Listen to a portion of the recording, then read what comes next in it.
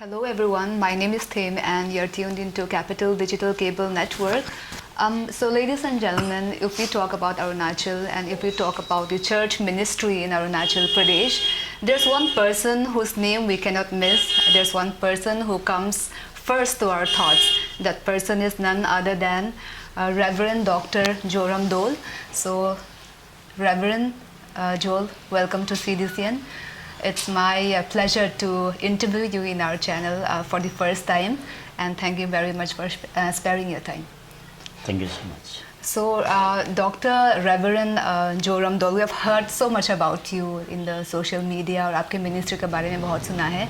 So, Reverend, first time in our channel we are meeting you. We would like to know more about you. हम जानना चाहेंगे आपके बारे में. आप बता दीजिए आपके बारे में, आप कहाँ से हो, आपकी फैमिली के बारे में सबसे पहले. हाँ, मैं जोराम बस्ती से बिलोंग करता हूँ, lower Subansiri 02 area. Then I'm married. I have 3 children now. 2 बेटी है, 1 बेटा है. मेरा वाइफ सामने में है. एक बार आइए ना प्लीज. एक्चुअली गांव में पढ़ाई किया, देरा नतन कॉलेज में आ गया. प्रभु ने दर्शन दिया, चर्च जाना शुरू हो गया. चर्च लाइफ इसके वजह से स्टार्ट हुआ. अच्छा. इनका साथ पीछे जाके तो देखा तो पास्टर फैमिली से बिलोंग करती है. तो पास्टर फैमिली के साथ में हो गया. देन इनके साथ चर्च जाना शुरू हो गया. ऐसा होके चर्च मिनिस्ट्री शुरू हो गया. सर मैं I have so many questions and I want to know many things, लेकिन अगर मैं पूछते जाऊंगी तो बहुत सारा चीज़ छूट जाएगा. So I would like to know आपके मिनिस्ट्री के बारे में, a biography about yourself, about your life. अभी तक का आपका जो सफ़र है, आप शुरू से लेके अभी तक का जो सफ़र है, अगर आप हमें बता सकोगे तो बहुत अच्छा रहेगा. मुझे बहुत अच्छा लगेगा मिनिस्ट्री के बारे में बताने को. बहुत ऐसा कुछ यूनिक चीज़ अपने बारे में भी, मैडम के बारे में भी, अपने लाइफ के बारे में, सब कुछ शुरू से लेके अभी तक का जो सफ़र है, we would like to hear it from you. Okay. Just nominal church जाता था. छोटा समय में एक बार कैथोलिक चर्च का फादर आया हमारा गांव में. मुझे बहुत एक्टिव दिखाई दिया. उठा के लेके हरमती मिशन स्कूल में पढ़ाया. अच्छा. I'm brought up, under the shadow of church father. तो ऐसा करके बड़ा हो गया. I brought up within the church complex only. ऐसा करके brought up हो गया. Then उसके बाद कॉलेज में जब आ गया, थोड़ा मैच्योर हो गया, इनसे मिला. अच्छा बिलीवर्स नहीं रहा. जी. तो ऐसा करके एक रात गॉड ने हम दोनों जब एक साथ बच्चा दिया, बेटी का जन्म हुआ. तो सडनली उन्होंने रात को एक सपना देखा. मैडम ने एक सपना देखा. बोला कि अगर हम दोनों मन नहीं पिराएगा, रिपेंट नहीं होगा, तो ये बच्चा जो हमने दिया, इस बच्चा को हम लेके जाएगा. जीसस ने उनका हाथ दिखा के बच्चा को पॉइंट करके ऐसा हो. तो सुबह में ये सपना बताया.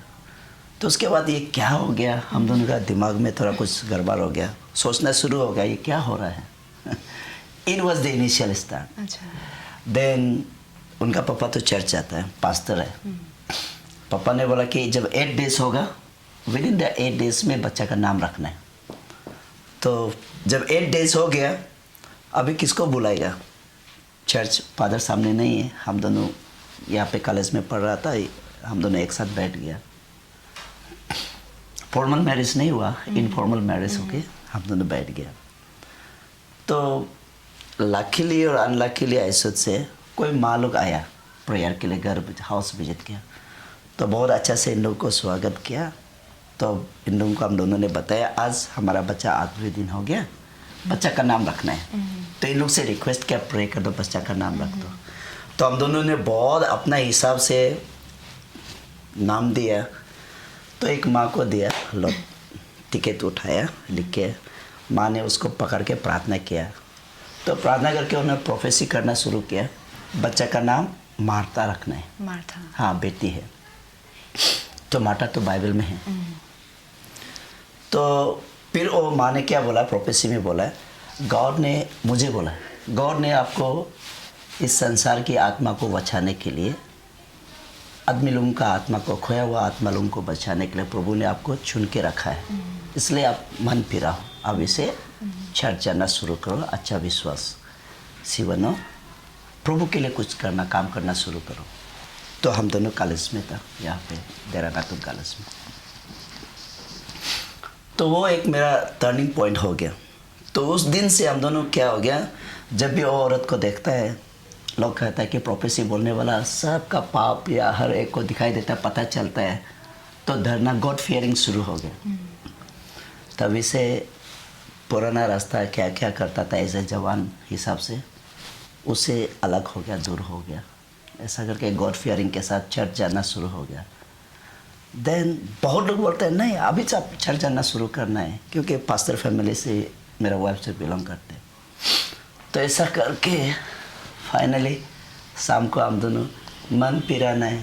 अरे मैं तो बचपन से कैथोलिक चर्च में जा रहा हूँ, फादर के साथ में भरा हुआ है, मन कैसा पिराना है, सवाल एक हो गया। प्रे करके हम दोनों ने सो गया। शाम को अचानक से जब प्रे करके सोने का साथ साथ एक आदमी दौड़ के आए।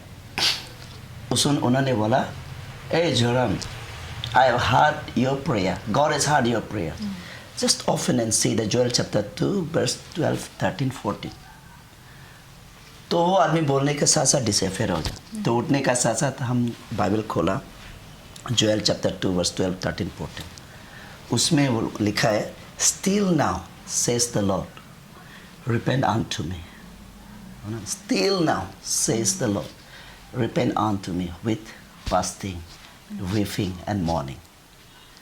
Rein your heart, because our God is slow to anger and our God is a compassionate God. तो ये देखने के बाद एक बार पढ़ा, दिमाग में कुछ नहीं आया, ऐसे नॉर्मल हिसाब से 2 बार पढ़ा, 3 बार पढ़ा, जब दिमाग में जब आया आंसू गिरना शुरू हो गया। मुझे ऐसा लगा कि स्टिल नाउ, उसके मतलब it talks about the time factor. तो मुझे ऐसा लगा कि स्टिल नाउ उसके मतलब प्रभु मुझे ये समय जो दे रहा है, that means God is giving me a last chance. ये मुझे एक आखिरी मौका दे रहा है। तो ये लेने के साथ मैं सीरियस हो गया, प्रार्थना शुरू हो गया, वही दिन से फास्टिंग शुरू हो गया। तो वही दिन से चर्च अच्छा से जाना शुरू हो गया, घर में प्रार्थना शुरू हो गया, फैमिली में प्रेयर शुरू हो गया। तो ऐसा करके before that I was teaching in this school. मैं एक टीचर था, टीचिंग के जॉब के साथ में मैं पढ़ाई कर रहा था। देन जॉब में जाता है, कुछ वो सेटिस्फेक्शन नहीं, पर चर्च में प्रार्थना में जाता है तो दिल इतना संतोष होता है, अच्छा लगता है। You know that's how I started my spiritual life journey. तो बाद में आई हैव डिसाइडेड, जॉब को रिजाइनेशन किया, I have decided to serve the Lord. तो थियोलॉजी पढ़ना शुरू हो गया। द यूनिक चीज़, थियोलॉजी पढ़ना मीन्स बाइबल कॉलेज में गया। देन आफ्टर थियोलॉजी के बाद तो हमको मिनिस्ट्री करना पड़ेगा। आपने थियोलॉजी कहाँ पे करा, बीटीएच? बीटीएच मैंने हाँ आंध्र प्रदेश में किया, वाइजैक में, विशाखापट्टनम में। देन वहाँ पे मास्टर भी किया विशाखापट्टनम में, COTR में, तोराटोता। देन ऐसा करके फाइनली बेंगलोर में आर्ट एंड कल्चर थियोलॉजी एक कॉलेज है, वहाँ पे मेरा डॉक्टरेट किया। Then after that I started my ministry. तो यहाँ में एक चीज़, हम यूनिक चीज़ एक बताना चाहता हूँ। मेरा डेट ऑफ बर्थ है 14 मार्च। 14 मार्च। कौन सा साल में नहीं बताऊंगा। Okay, we won't insist on 14 that. March. Okay. just March.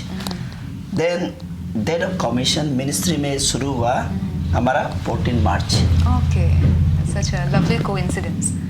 Then bachelor of theology मैंने ख़त्म किया मार्च में। मास्टर ऑफ डिविनिटी भी ख़त्म किया मार्च में, डेट कंफर्म नहीं है। तो डॉक्टरेट तो मैं फरवरी में ख़त्म हुआ। ऐसा करके देन डेट ऑफ ऑर्डिनेशन, अब रेवरेंड का ऑर्डिनेशन है, वो फरवरी को हुआ।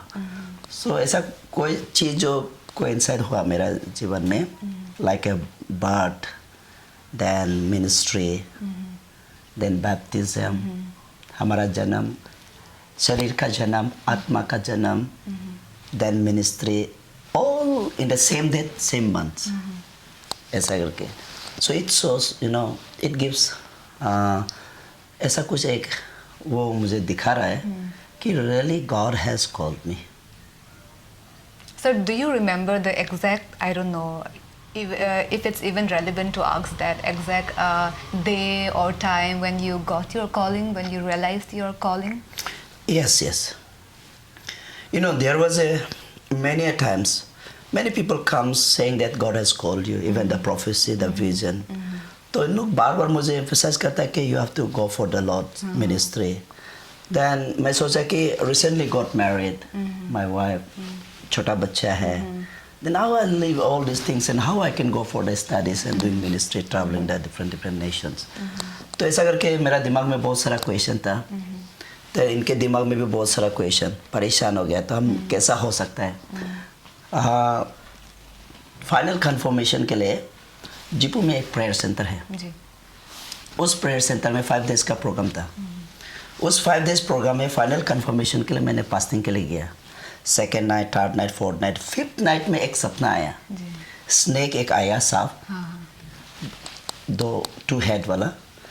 तो सीधा आके मुझे बोला सपना में, do not worship God, worship me, I will make you the richest in this world.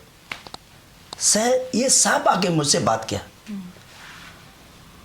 तो ऐसा लगा कि मेरे सच्ची में सांप मुझसे बात हुआ. तो मैं सपना में सांप को निकल, तुम दूर जाओ यीशु के नाम से. तो होश आया तो मैं सच का प्रार्थना करके बैठा हुआ था. शैतान भगा रहा था.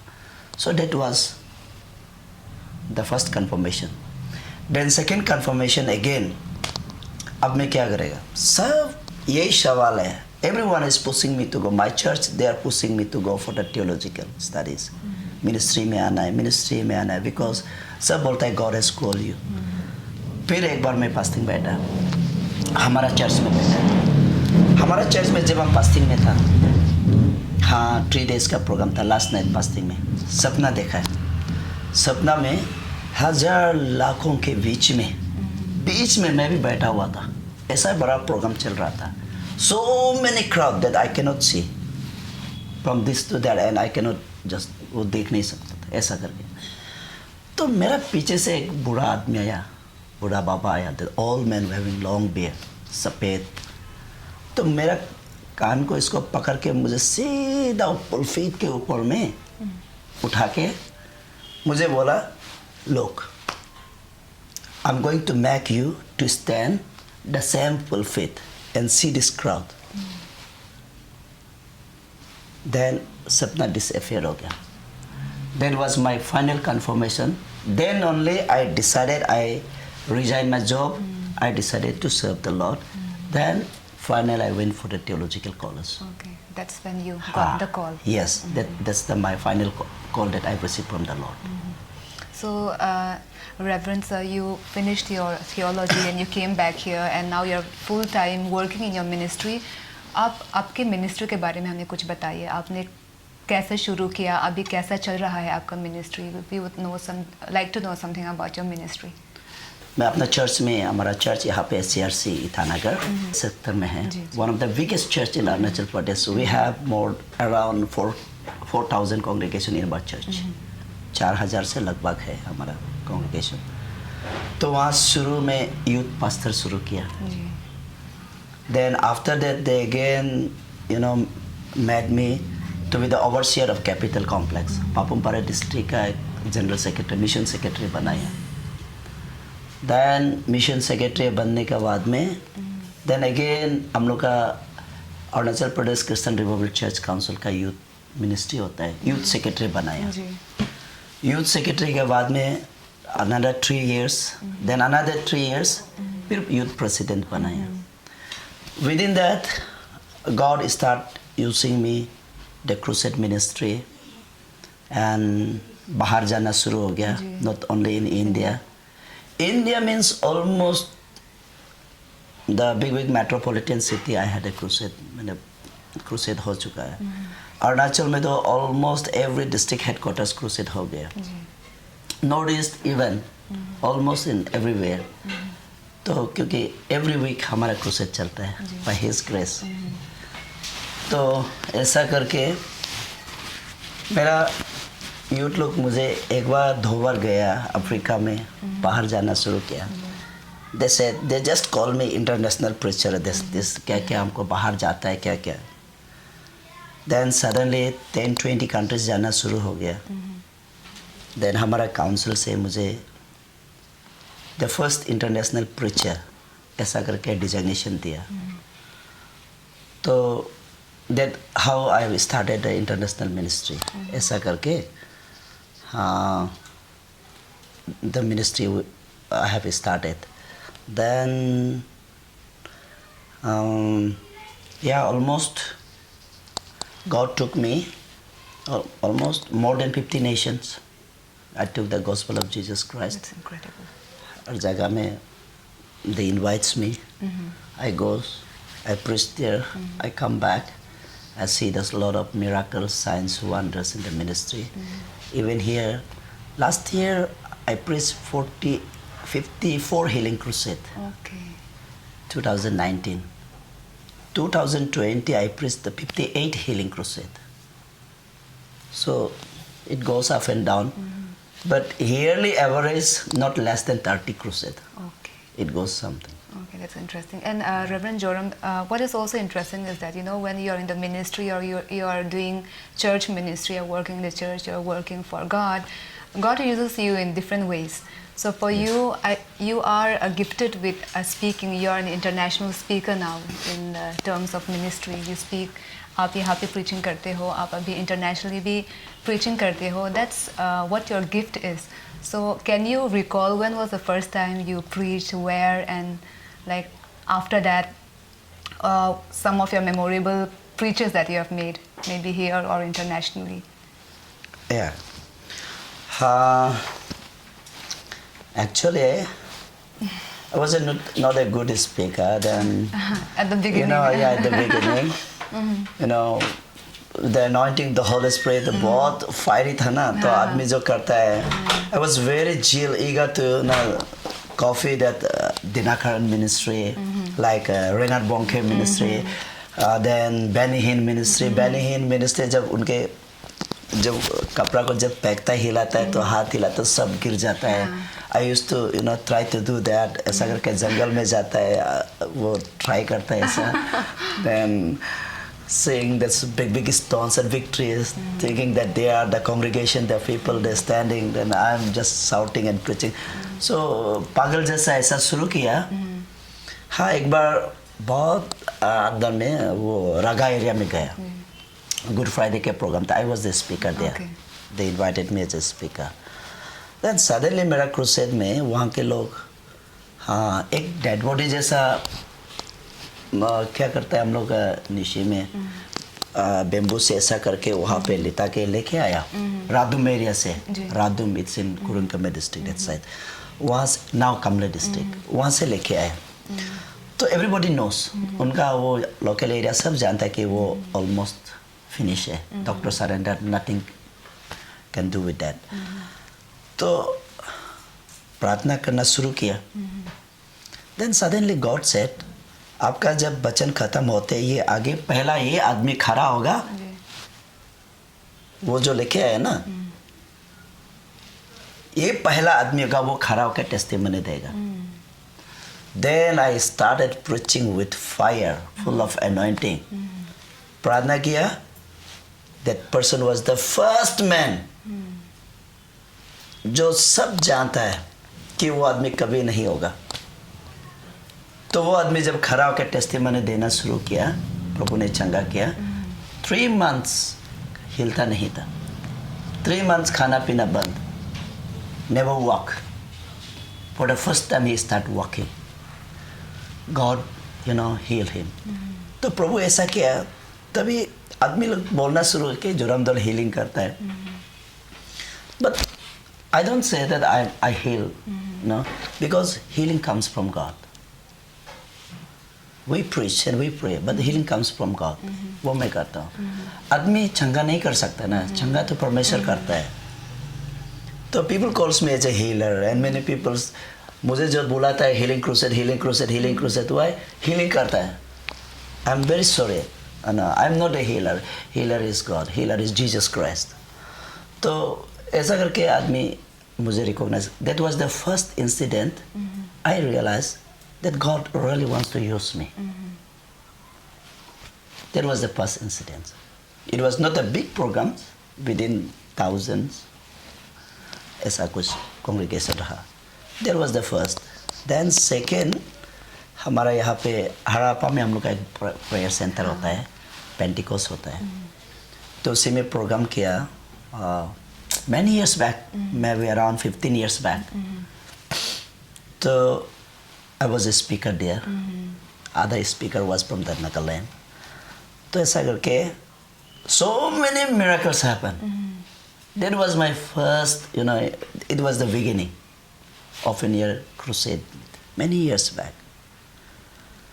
Then after that, from 2010, my actual ministry started. Okay. God started using me, this healing and deliverance, especially God used me for the healing, deliverance ministry. Then outside, there's many. Here, Arunachal, hardly 10 to 20,000 congregation. हमारा जब programme होता है, hardly. Recently, सेपा में हुआ, सगाली में हुआ, hardly 10,000 plus congregations.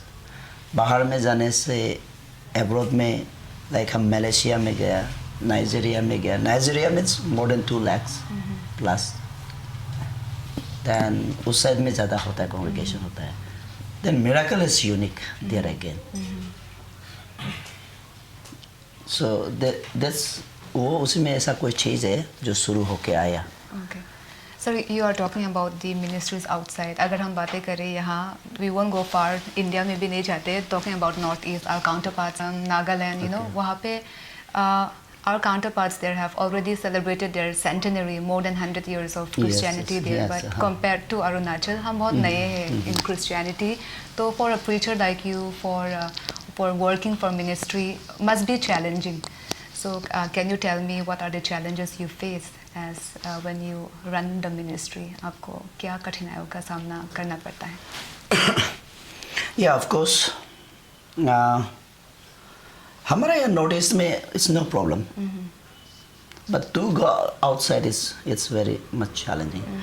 Then plus other than North East, बाहर में जाना तो बहुत सारा challenges लेके जाना पड़ता है.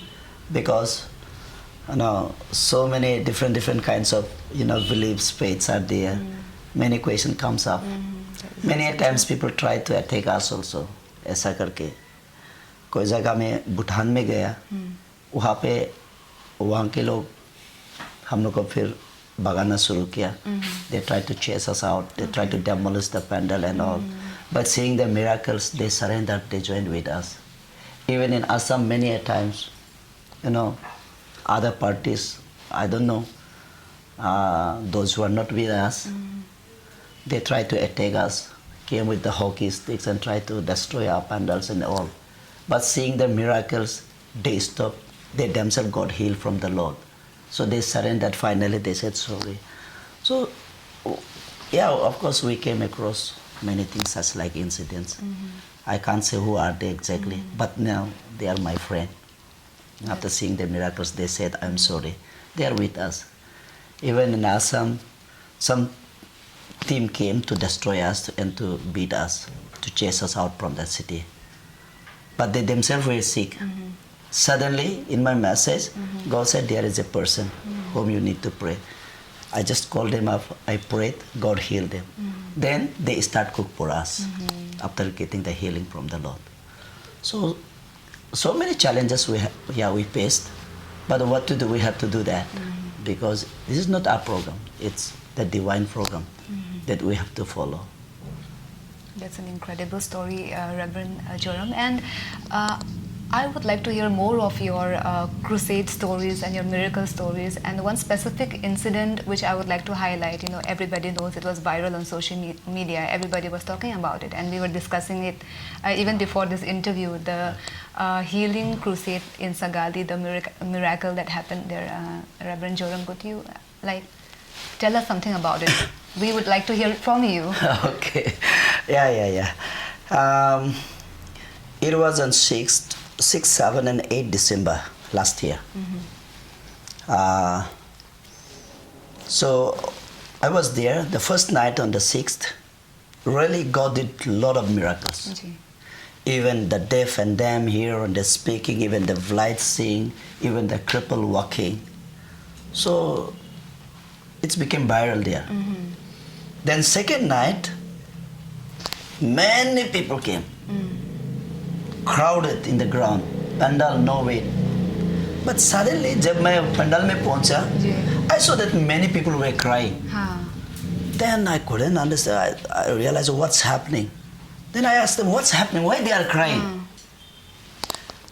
Then the crusade organizer, they took me inside the pandal. तो मुझे देखा है कि dead body को दिखाया. They brought the dead body, so they are crying. Of a child. Child. Young boy.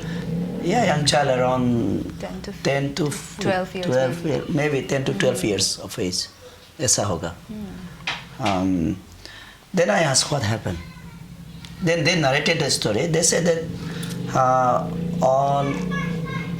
before 2 days back, one child died from the same school where they were studying. Yes. And he was taken to the village, he was buried, and the parents came back. And they are my believers. The second night, another boy died, but no parents, no guardian. The dead body was lying in the school. That's what they said. Then finally, when one of our believers came to know that dead body is laying there in the school, they went and they found the dead body was there. They just pick up the dead body, they brought to the crusade pandal. Now they are crying, then I just got angry. Last night we had a wonderful ministry, so much of good testimony. Then this man, how come he brought the dead body? मैंने ऐसा लगा कि ये मुझे बदनाम करने के लिए डेड बॉडी लेके आया. कल तो इतना मिराकल प्रभु इतना अच्छा काम किया, डेड बॉडी लेके आया तो मुझे शर्म खिलाने के लिए लेके आया. Because it was my first encounter with a dead body in my crusade. I had many crusade in my life, but that was the first encounter with a dead body in my crusade. तो ऐसा लगा कि मुझे अच्छा नहीं लगा. अरे ये तो मुझे शर्म खिलाने के लिए लाया है. क्रूसेड से डेड बॉडी निकलेगा तो शर्म होगा. That was my fleshly thinking, fleshly thought. तो ऐसा करके, but while I was meditating inside, I didn't go inside nearby. मैं दूर से देख रहा था. You can see in that video also. मैं दूर से देख रहा था. Then suddenly the Holy Spirit just inspired me. Said that, why you are worried? Go and just pray. Lay your hand. God is going to do a miracles, and He's going to be a great testimony for your ministry. आवाज मैंने God मुझे inspire किया. मैं सीधा जाके बच्चा को पकड़ा. पकड़ के प्रे किया. I prayed once and I saw बच्चा तो कुछ नहीं हुआ. Again I prayed and I opened my eyes. Nothing happened. Then finally I said, holding the baby like this, मैंने बोला, see, God created us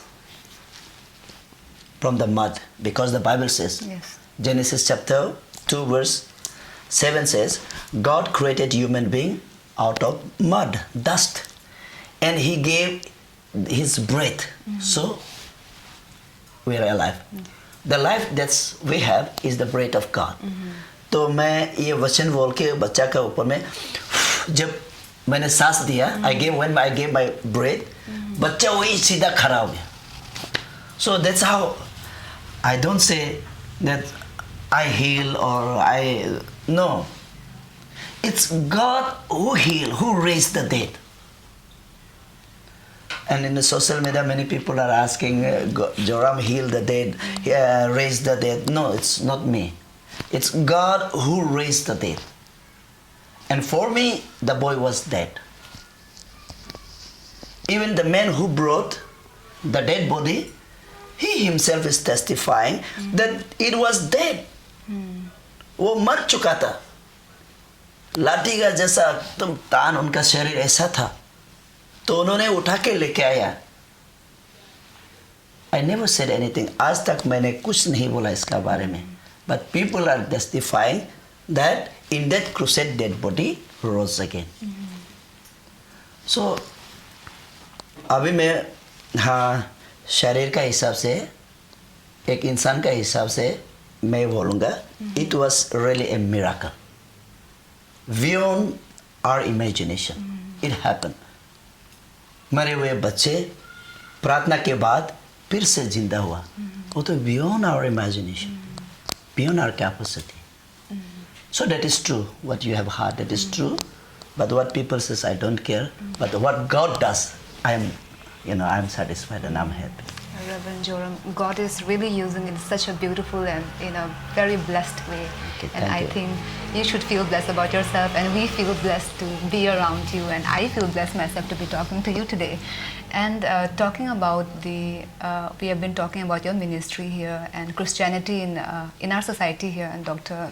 Reverend Joram, what do you think? You would think we need to bring changes in our Christianity here. Do you see any of those kinds? कि Christians जो यहाँ पे है, we are a little lukewarm Christians, most of us. ऐसा कुछ आप suggestions देना चाहेंगे? हाँ जरूर मैं कुछ कहना चाहता हूँ. You see, what we see today, Arunachal is, we were not, those days we were not like this today. What I can say is, today there are things that we see, the changes in our life, जो हम लोग का जीवन में जो बदलता हुआ जिंदगी देख रहा है, अरुणाचल में देख रहा है. Let me tell you, it's only because of the Christian missionary, the impact of Christianity in Arunachal Pradesh. हम लोग जमाना में लंबा लंबा धाव लेके, मैं जब नया में कैपिटल में ईटानगर में आया, एक ही आदमी ऐसा शाम का समय में दाव पकड़ के सारा हाईवे को बंद करके चलता था. बांधदेवा में मैं गया, वहाँ पे पुलिस आदमी लोग बोला, अरे जोरन, आप लोग क्रिश्चियन आदमी लोग आ गए, हम लोग अभी ठंडा हो गया. बोला क्यों ठंडा हो गया? जब क्रिश्चियन नहीं था उस समय में हमेशा झगड़ा होता है, मारपीट होता है, चोर होता है. Every time police forces to rush इधर उधर होता है. तो अभी ऐसा कुछ नहीं है, शांति हो गया, इसलिए इनको ठंडा हो गया. इवन आई गो, इस बार मैं सेपा में जाके आया. सेपा में आदमी लोग, जमाना के लोग, ईस्ट कमिंग का है, कुरुंग कमिंग का है बोलने से डरता था सुनकर. अभी सेपा के लोग, रिसेंटली हम लोग जाके आए, more than 10,000 congregation attended my crusade. सारा टाउन अभी बिलीवर्स है, प्रभु को जानता है. और सबसे one of the fastest growing city है सेपा. तो अभी इतना सुंदर, इतना develop, it's only because of the impact of Christianity. तो कुरुंग में बोलिए 99% इज क्रिश्चियन नाउ. और ऑलमोस्ट हम लोग आदमी लोग पीना बंद हो गया, ख़त्म हो गया. हाँ, आदमी का हिसाब से, इंसान का हिसाब से वो एक तो दिल में है ना, रेड ब्लड है ना, वो घमंड एक तो होता ही अपना हिसाब से, शरीर का हिसाब से, रुपया पैसा धन दौलत का कुछ ताकत का हिसाब से तो होता है वो, that is different. But the mentality, the way of living, the pattern of living is totally changed. The credit is only because of the impact of Christianity, the Christian missionary. तो आज मैं खुद प्रैक्टिकल जाता हूँ. 10 साल 15 साल आगे जिस गांव पे गया, वहाँ घर पे जब जाता हूँ, हमारा मम्मी पापा लोग कपड़ा धोता नहीं, नहाता नहीं, है ना, इतना गंदा वो लोग रहता था. पर वो लोग अभी चर्च में आने के बाद सूट पुट के साथ, टाई के साथ में इतना सुंदर. That's how people have changes. The changes comes only through prayers, only through Jesus Christ, only through the impact of this Christianity. इसलिए हमेशा हम लोग बोलते हैं prayer changes. Our people started praying and our nation, our state is changing. तो मेरा हिसाब से एक मैसेज हम वही पास करना चाहता हूँ. If anyone is in Christ, he is a new creation. 2 Corinthians chapter 5 verse 7 में बोला है, जो कोई मसीह में है एक नया सृष्टि है. हम लोग बहुत लोग कैसा जीना है, क्या करना है, लाइफ के बारे में बहुत सारा कन्फ्यूजन हो रहता है. बट बाइबल में यीशु मसीह बोला है, I am the way, the life and the truth. Once you accept Jesus Christ, you find the way. अब जीने का रास्ता मिल जाता है, because God gives you wisdom to find out the way. Then Bible says, I am the truth. Once you accept the Jesus Christ, Jesus said, I am the truth. सत्य को ग्रहण करो, सत्य तुम्हें स्वतंत्रता देगा. तो ये सत्य कौन है? ये सत्य दूसरा नहीं, यीशु मसीह है. Once we accept Jesus Christ, we receive the truth. And when we receive the truth, we are delivered from all those bondages. हमारा बहुत सारा कठिनाई प्रॉब्लम्स होता है, उन प्रॉब्लम से प्रभु हमें आज़ाद करता, निकाल देता है. तो इसलिए मेरा मैसेज ये है, if you really want to find a good life, if you want to become a good, at least good person in your life, in your good citizen, accept Jesus Christ. Teaching of Jesus is very unique. Church में जाने के बाद आदमी लोग का जीवन का characters बदलता हुआ हमने देखा है. मैं खुद बदला हूँ. हम लोग कौन से अच्छा आदमी रहा. हम लोग भी एक आदमी का साधारण आदमी, आम आदमी की तरह करता था. पर प्रभु के ग्रहण करने के बाद, जीसस के पास आने के बाद, we left all those things. Now we have accepted, जो चीज़ अच्छा है, जो चीज़ दूसरों के लिए काम आता है ना, जो दूसरों के लिए आशीष होता है. तो that's how we started. Then my final message, accept Jesus Christ. God will bless you. He will bless your family, bless your kids and kin. He will bless even all aspects, politically, spiritually, physically, even your business too.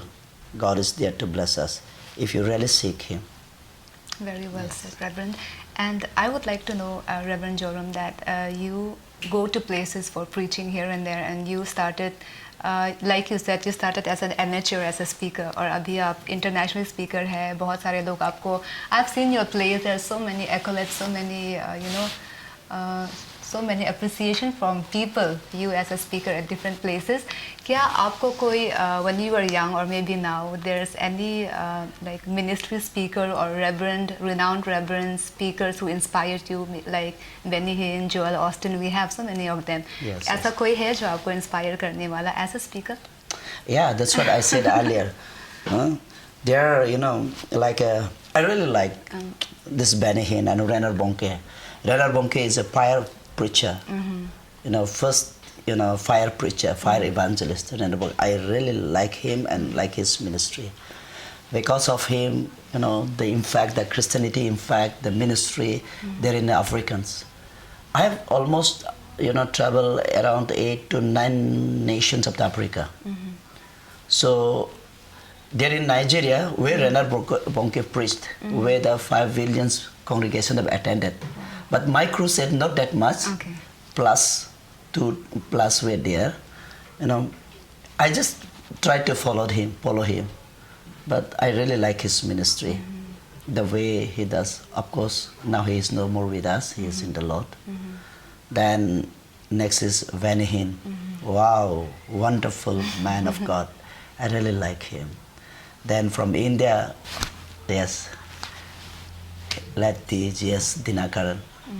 The way he ministered to the people, to the society, it was awesome and wonderful. Still, I follow his biography. Yes. So, Reverend Joram, are you? Would you like to be interested in, writing your own biography someday? Yeah, one day or other day, if I can't do my children's, yeah, of course, I maintain all my records. Yeah, It would be maintain really, all the really records. interesting, and it'll be interesting Yes. for all of us, who follow Yes, you and yes. who really like your ministry. So, jate, Reverend Joram, I would like to know from you. Maybe you could recite for us your favorite Bible verse or your favorite Bible verses. Okay. Yeah, so many Bible verses are there, but I used to say, everybody knows from the Sunday school, from childhood onwards, John 3:16. For God so loved the world, He gave His only begotten Son, and whosoever receive Him shall not perish, but have everlasting life. So this is one of my favorite Bible verse, and I really love to preach this Bible verse. Always wherever I go, especially during the time of Christmas. It talks about love, it talks about giving, and it talks about the life. Love. Jesus himself came as a gift, as a love. Then he sacrificed his life as a giving. He gave his life to the entire humanity to save us from the death. Then he talks about the life, finally. Whosoever receive him shall not perish, but have everlasting life. To find life is in the hands of Jesus. If we begin with Jesus, we find the life. Thank you so much, Reverend Joram. I feel so blessed speaking to you, and thank you so much for sparing your valuable time and inviting us to your place to take this very lovely interview of yours. Thank you so much. Thank you so much. Thank you so So much. for all the people watching our special interview with this man of God, I hope that you guys are very much overwhelmed as much as I am watching this interview. Thank you so much for tuning into Capital Digital Cable Network. Keep watching CDCN.